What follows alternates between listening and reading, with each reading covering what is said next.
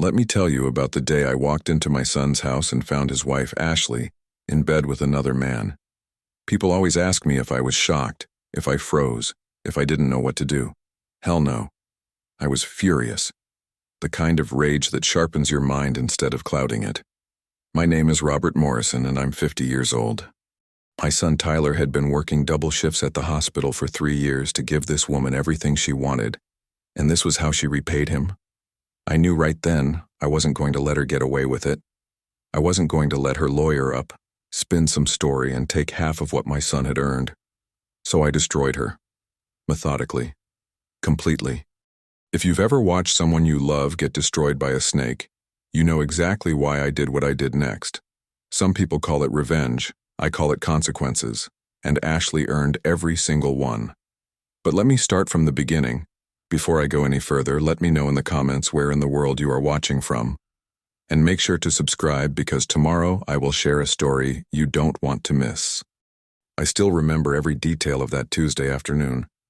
I was recently retired from 25 years as a construction foreman, and I'd stopped by Tyler's house to return some tools he'd borrowed for a project he'd been meaning to finish for months.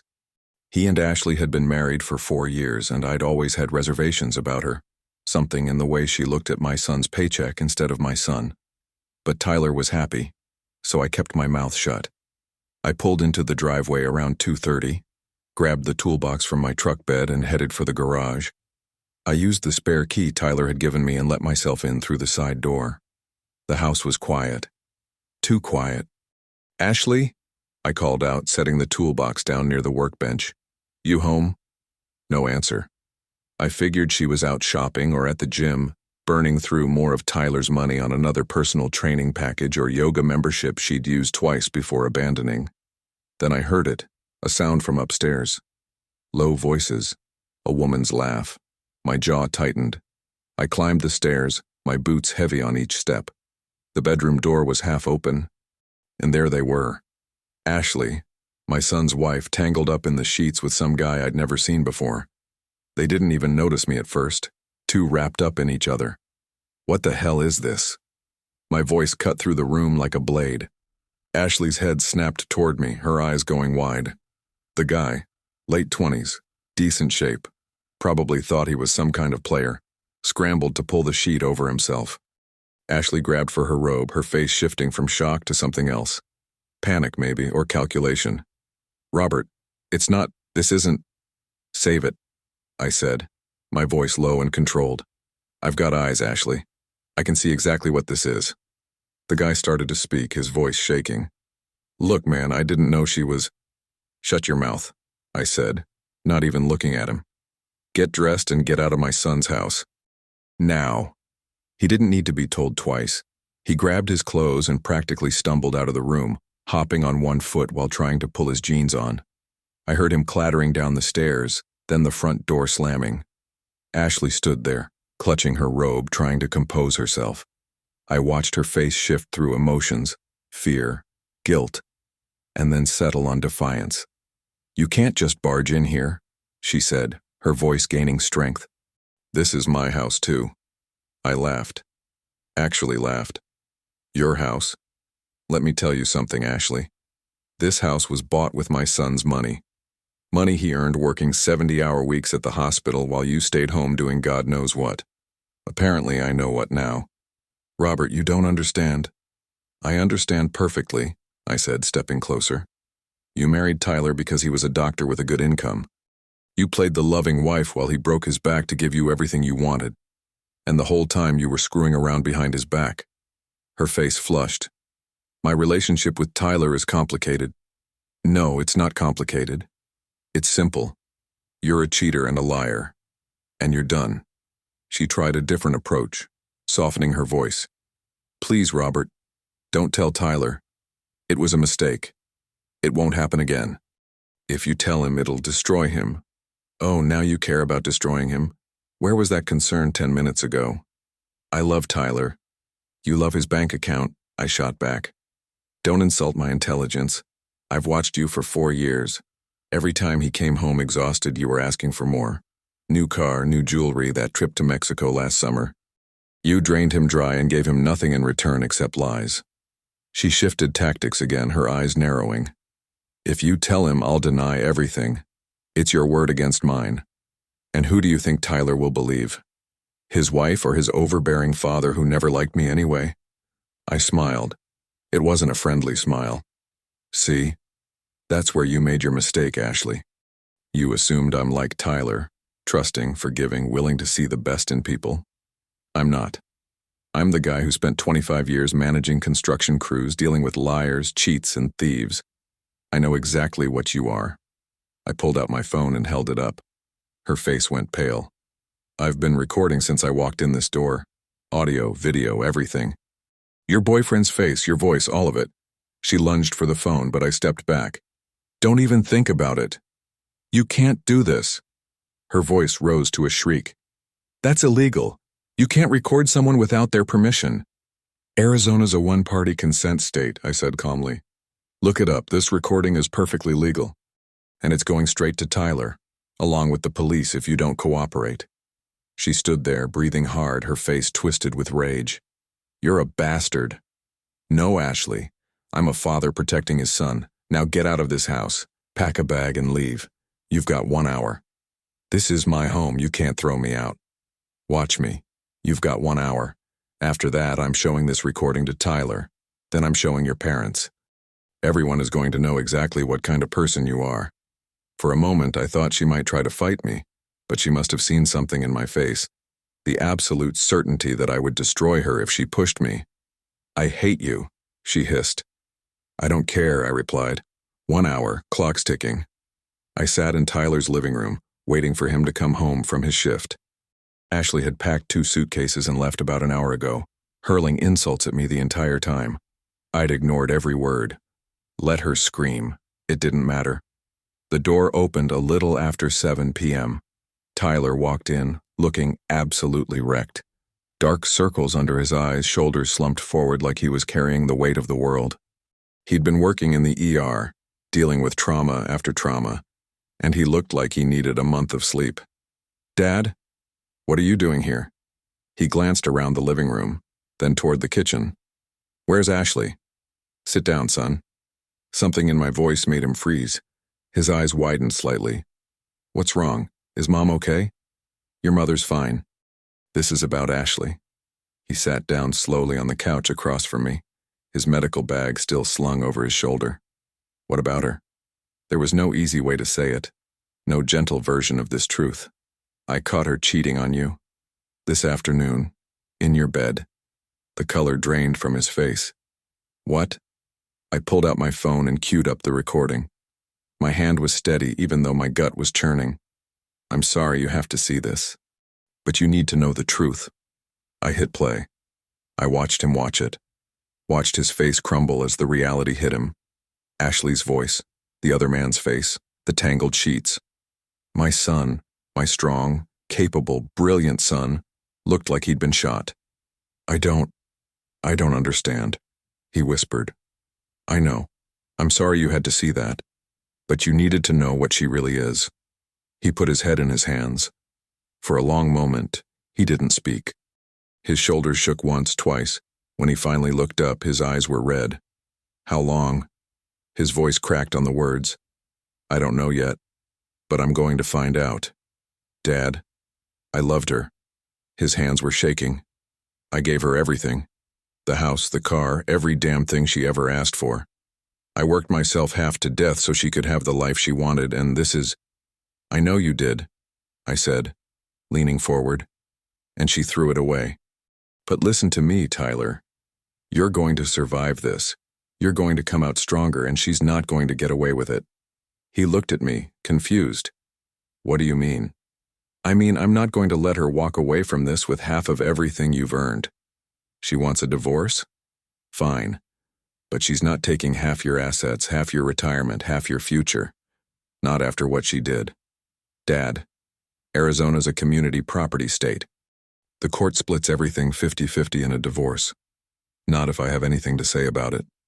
My voice came out harder than I intended. There are ways around that. Dissipation of marital assets. Proof that she spent your money on the affair. I'm going to document every damn dollar she wasted while she was betraying you.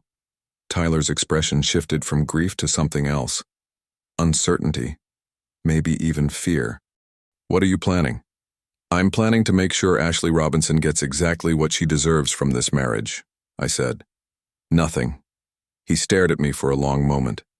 Then he nodded slowly. Over the next morning, I made 2 crucial phone calls to set my plan in motion. The next morning, I made my first call before the sun was fully up. I'd gotten the name from a buddy who'd gone through a messy divorce 3 years back. Frank Nguyen, private investigator, former cop, the kind of guy who knew how to dig up dirt and make it stick. Mr. Nguyen? My name's Robert Morrison. I need your help with something. His voice was steady, professional. What kind of something? My son's wife is cheating on him. I caught her yesterday. I need to know everything. How long it's been going on, who the guy is, where they've been meeting, what she's been spending, everything. I can do that. I'll need some information from you first. I gave him Ashley's phone number, her social media accounts, the names of her friends I could remember. She goes to a gym on Camelback Road. Gold's Gym, I think. The guy looked like a trainer, mid-20s, decent shape. I'll start there, Frank said. Give me a few days. My second call went to Dominic Reynolds. I'd heard his name before. Best divorce attorney in Phoenix, the kind of lawyer who ate opposing counsel for breakfast and sent the bill to their client. His office was downtown, all glass and steel, the kind of place that screamed money. I drove down there that same morning. Dominic's office was on the 14th floor, floor-to-ceiling windows overlooking the city. He was mid-40s, sharp-eyed, wearing a suit that probably cost more than most people's cars. He gestured to a leather chair across from his desk. Mr. Morrison, what can I do for you? I pulled out my phone and showed him the recording. He watched it without expression, then leaned back in his chair. Your son? Tyler. He's an ER doctor. Works 70-hour weeks to give this woman everything she wants, and this is how she repays him. And you want to protect his assets in the divorce. I want to make sure she doesn't get a damn dime she isn't entitled to. Dominic tapped his fingers on the desk. Arizona is a community property state, Mr. Morrison. Generally speaking, assets acquired during the marriage get split 50-50. Infidelity doesn't change that. I felt my jaw tighten. There has to be something. Some way to make sure she doesn't walk away with half of what Tyler earned while she was screwing around. There might be, Dominic said slowly. If we can prove she spent significant marital funds on the affair, gifts to the boyfriend, hotel rooms, trips, anything like that, we can argue dissipation of marital assets. The court could award your son a larger share to compensate for what she wasted. Then that's what we do. I've got a PI digging into everything right now. When he comes back with proof, I want you ready to use it. Dominic smiled. It wasn't a warm smile. I can do that. The next 3 days were the longest of my life. I stayed close to Tyler, made sure he ate, made sure he slept. He'd come home from his shifts at the hospital looking like a ghost, barely able to function. I'd heat up dinner, sit with him while he picked at his food, listen when he needed to talk. I keep thinking about all the times she said she loved me, he said one night, staring at his plate. Was any of it real? I don't know, son. Probably not. He looked up at me, his eyes red. How did I not see it? Because you're a good man who trusted his wife. That's not a weakness, Tyler. That's who you are. But I could see it eating at him. Every shift, every quiet moment, the betrayal was there, tearing him apart. Frank called me Friday evening. I've got your report. We met at a coffee shop near his office. He slid a folder across the table to me, thick with papers and receipts. 8 months, he said. The affair started 8 months ago. Guy's name is Bryce Stewart, personal trainer at her gym, just like you thought. They've been meeting at hotels, restaurants, took a weekend trip to San Diego back in March. All of it charged to credit cards your son pays off every month. I opened the folder. Hotel receipts from the Ritz-Carlton, the Phoenician, the W restaurant bills. Some over $200. Flower deliveries. A weekend at a beachfront resort in San Diego. How much total? My voice came out flat. At least $15,000, Frank said. Could be more if there's cash I couldn't track. $15,000. Tyler's money. Money he'd earned saving lives in the ER, working doubles, coming home exhausted. And Ashley had spent it whining and dining her boyfriend. I pulled out my phone and forwarded the entire report to Dominic. In the message I typed, "Use everything." Tyler filed for divorce the following Monday, and Ashley hired attorney Cassie Moore to fight back, beginning 2 months of bitter legal warfare. Tyler filed the divorce papers on Monday morning. I went with him to Dominic's office, watched him sign his name on the forms. His hand shook a little, but he didn't hesitate. "It's done," Dominic said, gathering the papers. "We'll serve her this afternoon." Tyler nodded, looking pale. 25 years of construction work taught me to read people, and I could see my son was barely holding it together. But he was holding. That was enough. Ashley didn't waste time.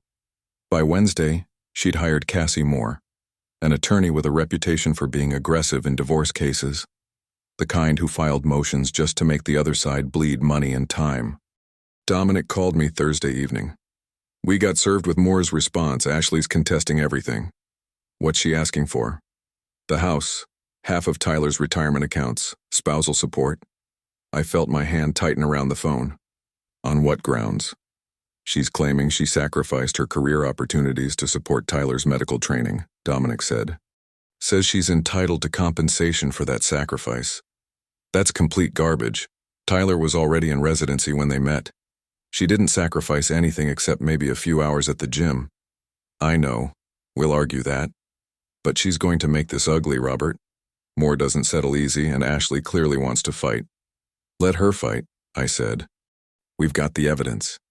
"Evidence doesn't always matter as much as you'd think in family court. This is going to take time." He was right. Over the next 2 months, Cassie Moore filed motion after motion. They wanted access to Tyler's bank accounts, his investment portfolios, 5 years of tax returns. They demanded documentation of every dollar Tyler had earned during the marriage. Dominic responded to each one, but it was exhausting. Tyler was working 60-hour weeks at the hospital and spending what little free time he had dealing with attorneys and court dates. Then Ashley started spreading lies. Tyler got the first call from a mutual friend, a guy named Derek Palmer, who'd been in their wedding party. "Hey man, I heard some things. Is it true your dad forced you to divorce Ashley?" Tyler looked confused. "What?" "No. Dad didn't force me to do anything. Ashley's saying he manipulated you, that he never liked her and convinced you she was cheating." "She was cheating, Derek. I saw the video." There was a pause on the other end. "There's a video?" "Yeah. My dad caught her in bed with another guy. It's not manipulation. It's facts." But Derek wasn't the only one calling. Over the next few weeks, more people reached out, some genuinely concerned, others clearly just fishing for gossip. Ashley was telling everyone who'd listen that I was controlling, that I'd always been abusive toward her, that I'd never accepted her into the family. You know what's funny? She wasn't entirely wrong about that last part. I never had accepted her, because I'd seen through her from day one. I found Tyler sitting in his living room one night staring at his phone. He looked wrecked, dark circles under his eyes, shoulders slumped. "Another call?" I asked. "Jessica Hartley. She and Ashley were friends. She wanted to know if the accusations about you were true." "What did you tell her?" "The truth. That Ashley cheated, that you caught her, that everything else is lies." He set his phone down. But I don't think she believed me. I sat down across from him. "Tyler, listen to me. People are going to believe what they want to believe. Ashley's version is more dramatic, makes her the victim. Some people love that story. Let them have it. It's not fair. Life's not fair. You know that better than most. You work in an ER. But here's what matters. The truth. We've got evidence. We've got documentation. When this goes in front of a judge, none of Ashley's stories are going to mean a damn thing." He rubbed his face with both hands. "I'm tired, Dad. I'm so tired. I know. But we're going to win this. Ashley's not going to take you down. I won't let her." I started staying at Tyler's house most nights. Made sure he ate real meals instead of grabbing whatever was easy. Sat with him while he reviewed legal documents. Reminded him why we were doing this. Every time he looked ready to break, I pulled him back. "She's not going to win," I'd tell him. "The truth will come out." 3 weeks later, Ashley's deposition was scheduled for a Thursday morning in Dominic's downtown office. Ashley's deposition was scheduled for Thursday morning at 9. I drove Tyler to Dominic's office downtown, watched him walk through those glass doors with his shoulders set and his jaw tight. "You can't be in the room," Dominic had told me the day before. "Only attorneys and the parties, but I'll call you after." So I waited, went home, tried to keep myself busy. Couldn't focus on anything. I kept thinking about Ashley sitting in that conference room, about Dominic asking her questions she couldn't answer, about the lies finally catching up to her. The call came at 6:30 that evening. "She fell apart," Dominic said, and I could hear the satisfaction in his voice. "Completely fell apart. Tell me everything." We went through every single credit card charge from the last 8 months. Every hotel room, every dinner, every weekend trip. I had the statements right there in front of her, and I made her explain each one. Could she? Not a chance. She tried at first, said the charges were for gifts she bought Tyler, romantic dinners they had together, but the dates didn't match up. Tyler was working night shifts when she was checking into hotels with Bryce. I had Tyler's hospital schedule. She couldn't explain how she was having dinner with her husband at a steakhouse when he was treating trauma patients 15 miles away. I felt something loosen in my chest.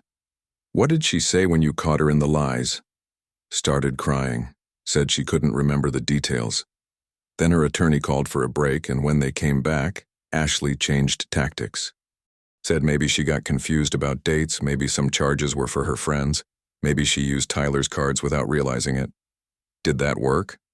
Hell no. I showed her the hotel receipts. 2 people checked in, romantic package, champagne in the room. She actually tried to claim she went to hotels alone to get away from Tyler's work schedule. Let me guess, Bryce blew that story up too. Exactly. We subpoenaed him last week. He admitted everything. The affair, the hotel rooms, the trips. He claimed Ashley told him she was separated from Tyler, that the divorce was already in progress. Classic cheater's excuse. Blame it on being lied to. I sat down at my kitchen table. So what happens now? We push for settlement. Hard. With everything we've got documented, if this goes to trial, Ashley's going to get destroyed. Her attorney knows it. Moore's smart enough to see when her client's bleeding out. You think she'll settle? I think she has to. The evidence is overwhelming, and we can prove Ashley spent marital funds on the affair. The court's not going to look kindly on that. Moore will negotiate.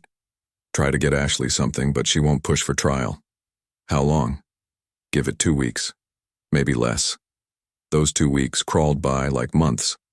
Tyler went back to work, threw himself into his shifts. I could tell he was anxious, kept checking his phone, waiting for updates from Dominic. I stayed close, made sure he knew I was there. Then, on a Tuesday afternoon, Dominic called. Cassie Moore just reached out with a settlement offer. My pulse quickened. What's she offering? Ashley will walk away with $20,000. That's it. A buyout of her claimed interest in the house. She relinquishes all claims to spousal support, all claims to Tyler's retirement accounts, all future claims to any assets. $20,000. After 4 years of marriage, after draining Tyler for everything he had, after working him into the ground while she sat home and screwed her personal trainer. That's it? I asked. That's all she's getting? That's all she's getting. Moore knows if we go to trial, Ashley might walk away with even less. The affair, the spending, the lies, it all looks terrible.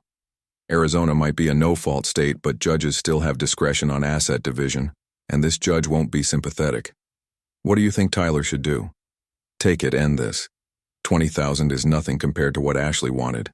Half the house, half his retirement, ongoing spousal support. This is a win, Robert. I called Tyler immediately. He was between shifts, sounded exhausted. Dominic got a settlement offer. $20,000 and Ashley walks away from everything else. There was silence on the other end. Then, that's it? That's it? You take this deal, it's over. No trial, no more depositions, no more fighting. She signs away all her claims and you're free. What do you think I should do? Take it. End this nightmare. He was quiet for a long moment, then, okay, let's end it. Tyler signed the papers that afternoon. 2 weeks later, just when we thought the worst was finally over, Ashley made her final move. 2 weeks after Tyler signed the settlement papers, my phone rang at 10:30 on a Thursday morning. Tyler's name flashed on the screen. "Dad, we've got a problem." My stomach dropped. "What kind of problem?"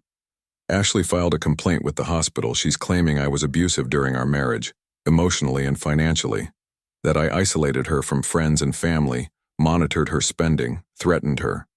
I felt my jaw clench. "That's complete garbage. We have documentation proving every dollar she spent, every lie she told." "I know that. You know that. But the hospital has policies. They have to investigate every allegation of abuse, no matter where it comes from." "So what does that mean?" His voice shook. "They put me on administrative leave, effective immediately, pending a full investigation." Administrative leave. The words hit me like a freight train. "Tyler, Dad, I've spent 10 years building my reputation. 10 years.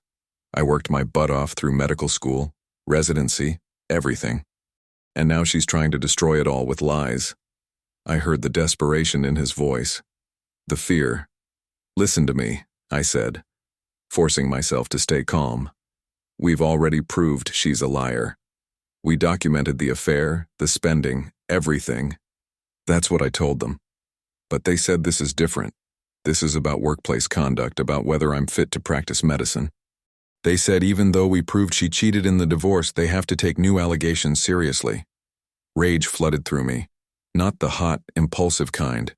The cold, calculated kind that sharpens everything. This wasn't about money anymore. Ashley wasn't trying to take half of Tyler's assets. She was trying to destroy his entire career, his medical license, everything he'd worked for. "What happens if they believe her?" I asked. "I could lose my license even if I don't lose it completely. This goes on my record. Every hospital I apply to will see it. Every background check, my career is over, Dad. Everything we fought to protect, it won't matter if I can't practice medicine." I gripped the phone tighter. "She's not going to win this." "How can you be sure? The hospital has to cover themselves legally. If there's even a chance the allegations are true." "They're not true. And we're going to prove it. Again. We already proved she's a liar in the divorce. Then we'll prove it again." In a way the hospital can't ignore. Tyler was quiet for a moment. When he spoke again, his voice was barely a whisper. "What if it's not enough? What if she actually pulls this off?" For the first time since I'd caught Ashley in that bedroom, I felt genuine uncertainty creep in. We'd won the divorce, we'd protected Tyler's assets.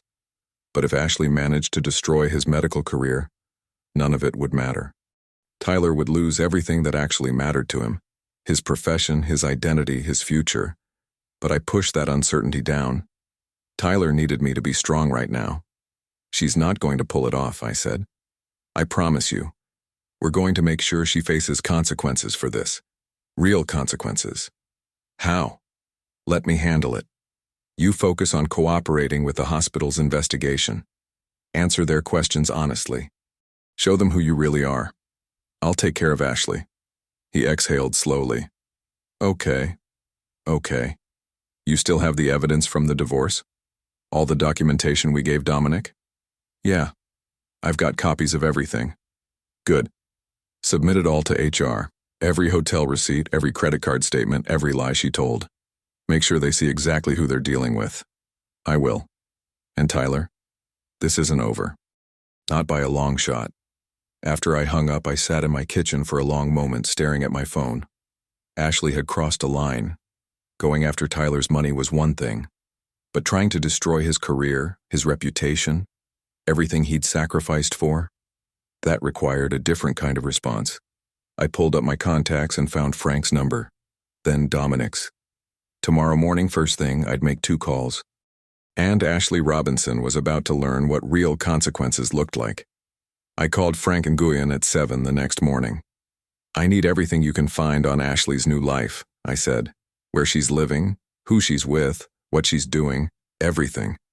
"You got it," Frank said. No questions asked. That's why I liked him.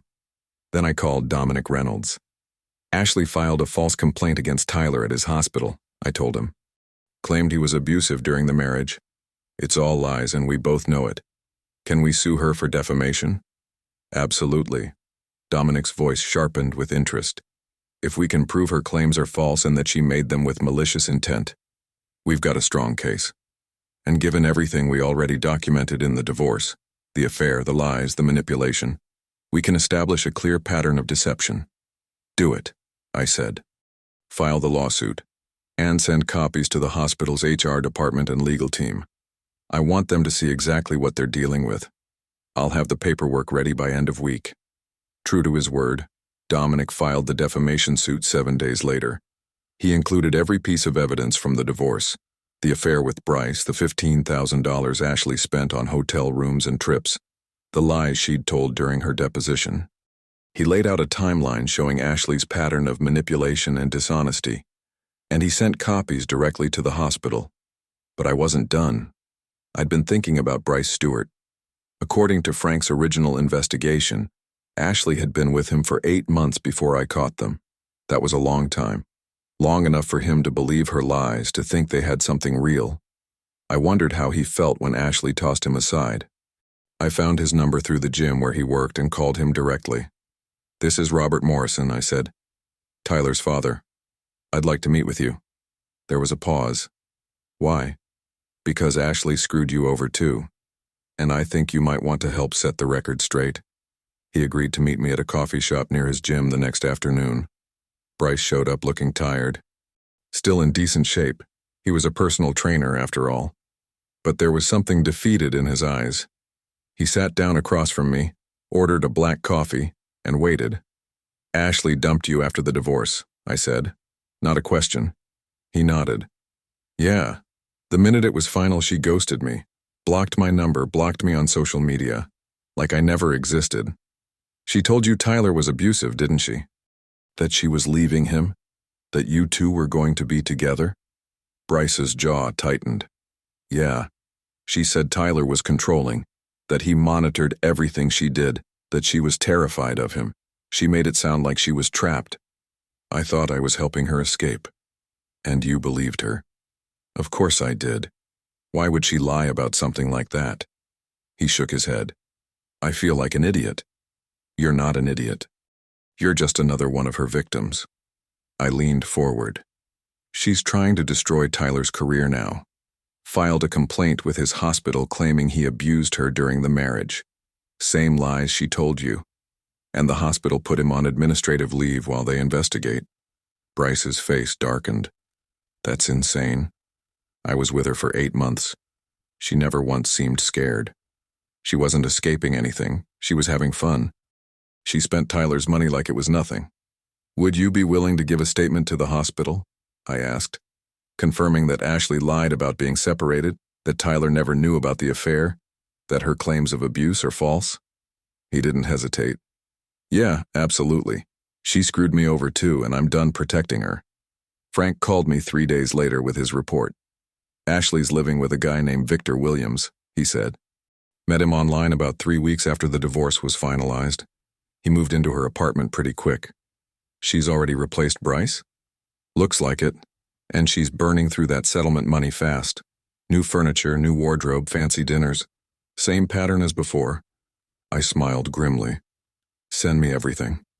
I submitted Bryce's statement to the hospital's HR department myself.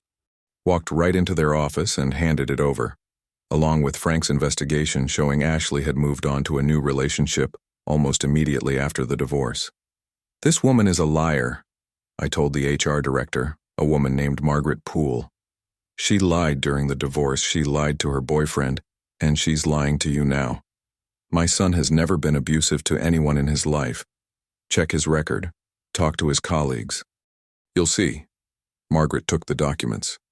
"We're conducting a thorough investigation, Mr. Morrison. We'll review everything. That's all I'm asking." 10 days later, Tyler called me. "They finished the investigation," he said, and I could hear the relief in his voice. "They found no evidence supporting any of Ashley's claims. None. They're reinstating me with a formal apology." I closed my eyes and let out a breath I didn't realize I'd been holding. "Good," I said. "That's good. Dad, thank you. If you hadn't gotten Bryce's statement, if you hadn't pushed back..." "You don't need to thank me. I told you she wasn't going to win. What happens now?" "Now?" I smiled. Now we make sure she faces real consequences for what she tried to do. 4 months later, the defamation trial began. The courtroom felt colder than it should have. 4 months had passed since we filed the defamation lawsuit, and now we were finally here, watching Ashley squirm under the weight of her own lies. Cassie Moore stood before the jury, her voice smooth and confident. Ladies and gentlemen, my client had every right to report suspected abuse to Dr. Morrison's employer. These complaints constitute protected speech. Ms. Robinson had a legal obligation to come forward if she believed she was a victim of domestic abuse. I watched the jurors.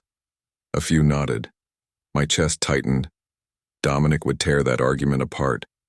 I knew he would. Ashley took the stand, looking smaller than I remembered.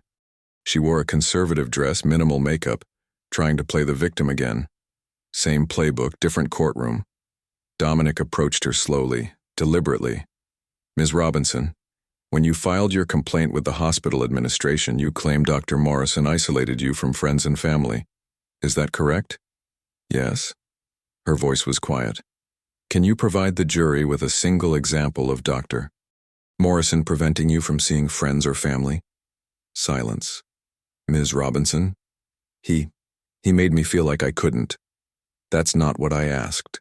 Did Dr. Morrison ever physically prevent you from leaving the house? Did he ever forbid you from making phone calls? Did he ever threaten you for spending time with loved ones? She shifted in her seat. Not exactly, but yes or no, Ms. Robinson? No. Dominic nodded. You also claimed Dr.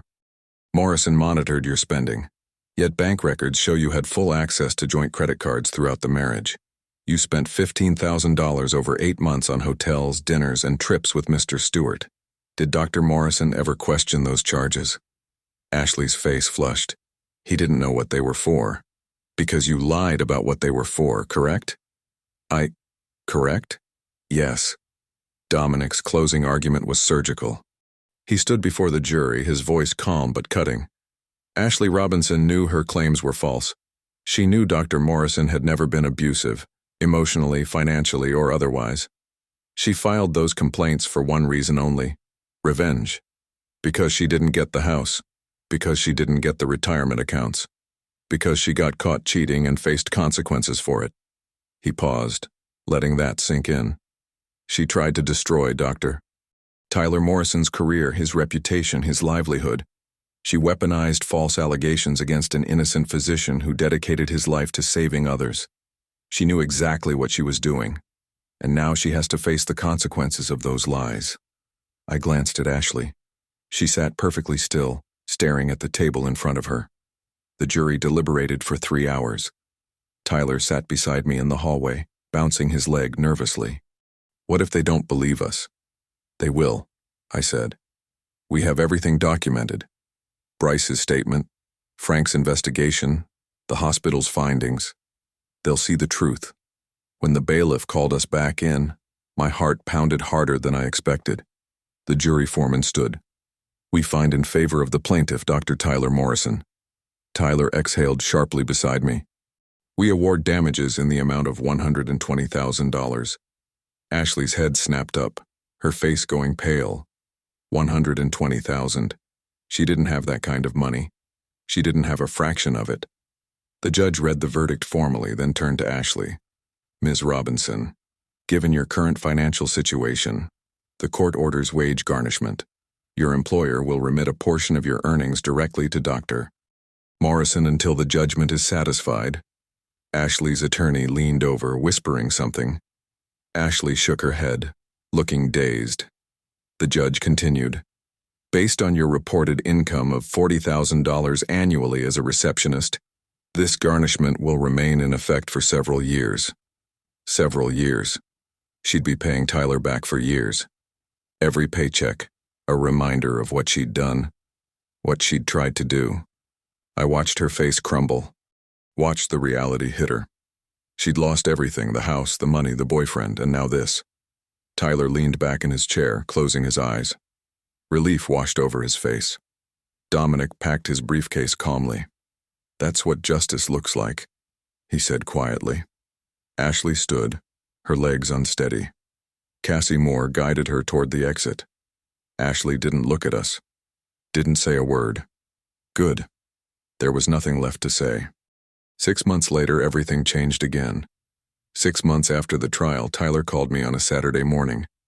"Dad, I want you to meet someone." I'll admit, my stomach tightened. The last woman Tyler brought home nearly destroyed him, but his voice sounded different, lighter. "Sunday dinner?" I asked. "Perfect." They arrived at 6 p.m. Tyler walked through my front door with a woman I'd never seen before. Mid-30s, warm smile, scrubs still visible under her jacket. She looked like she'd come straight from a shift. "Dad, this is Dana Harris," Tyler said. The way he looked at her. God, I hadn't seen that expression on his face in years. Real happiness. Not the strained, exhausted version I'd watched fade during his marriage to Ashley. "It's wonderful to meet you, Mr. Morrison." She extended her hand. "Call me Robert," I said, shaking it. Her grip was firm, confident. "Robert it is." She smiled. "Tyler talks about you all the time." We sat down to dinner, pot roast, mashed potatoes, the kind of meal I'd been making for decades. Simple, honest food. And I watched them, really watched them. Dana asked Tyler about his week at the hospital, and she actually listened when he answered. Not the polite nodding Ashley used to do before steering the conversation back to herself. Dana asked follow-up questions, knew the names of Tyler's colleagues, understood the medical terminology. Tyler made a joke about one of the residents mixing up patient charts, and Dana laughed. A genuine laugh, not performative. She touched his arm while she laughed, and I saw the way Tyler's whole body relaxed at that simple gesture. This was what love was supposed to look like. "Robert, Tyler mentioned you worked construction for 25 years, Dana said, pulling me into the conversation.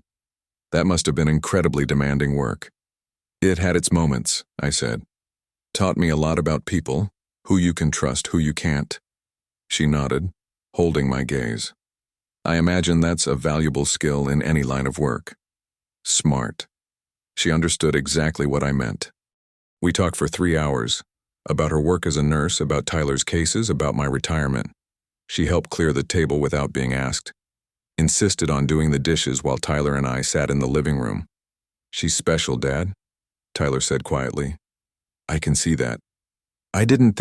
After everything with Ashley, I didn't think I'd be able to trust anyone again." "Dana's not Ashley," I said. "Not even close." Tyler smiled. "No, she's not." 2 years after I caught Ashley in Tyler's bed, I stood in Sedona watching my son get married. The ceremony was small, maybe 40 people, overlooking the red rocks. Dana wore a simple white dress. Tyler couldn't stop grinning. When they said their vows, Tyler's voice was steady, strong. This wasn't a man broken by betrayal anymore. This was a man who'd survived hell and come out the other side. Tyler was an attending physician now, making good money. He'd rebuilt everything Ashley tried to take from him. His career, his reputation, his life. And Dana? She'd been there through all of it, supporting him. Not because of what he could give her, but because she genuinely loved him.